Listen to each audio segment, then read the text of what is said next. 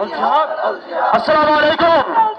বাংলাদেশ আমেরিকার দাজ্জালেরা তার বাপ ছিল দাজ্জাল, সে দাজ্জাল।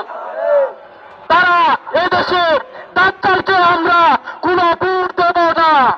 12 তারিখে ইসলামের বিজয় মালা নিয়ে আমরা আসবো।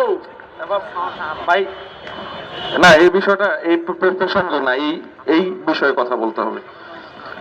নারায়ে তাকবীর। বিশ্বের মুসলিম। এখন আপনাদের সামনে সংক্ষিপ্ত আলোচনা নিয়ে আসছেন মাওলানা মোহাম্মদ মোতালেব হোসেন। আসসালামু আলাইকুম রহমতুল্লাহি বারাকাতুহু। আমরা ভুলে গেছি সেই ফিলিস্তিনি মা বোনের কথা, যে ফিলিস্তিনি মা বোনকে আমেরিকার সাহায্যে ইসরায়েল হামলা করেছিল। আমরা তাদেরকে জানাতে চাই, পৃথিবীর মুসলমানদেরকে হত্যা করে দমন করা যাবে না, কারণ মুসলমান জাতি মৃত্যুকে ভয় পায় না।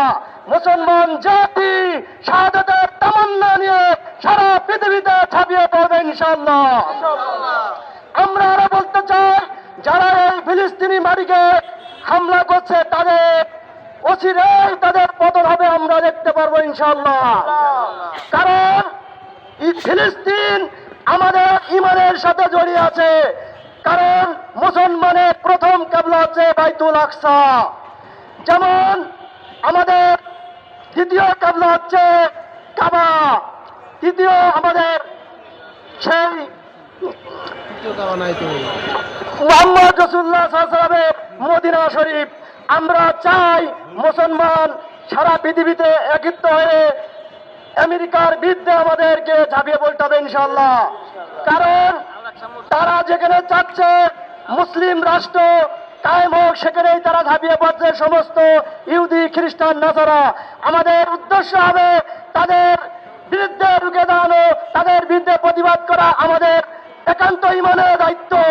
যদি আমরা মুসলিম দাবি করি, আমাদের কাজ হবে ইমান দিয়ে তাদের সাথে বিরুদ্ধে লড়াই করে আল্লাহর জমিনে আল্লাহ দ্বীন প্রতিষ্ঠা করার লক্ষ্য নিয়ে আমাদের সামনে এগিয়ে যেতে হবে ইনশাআল্লাহ।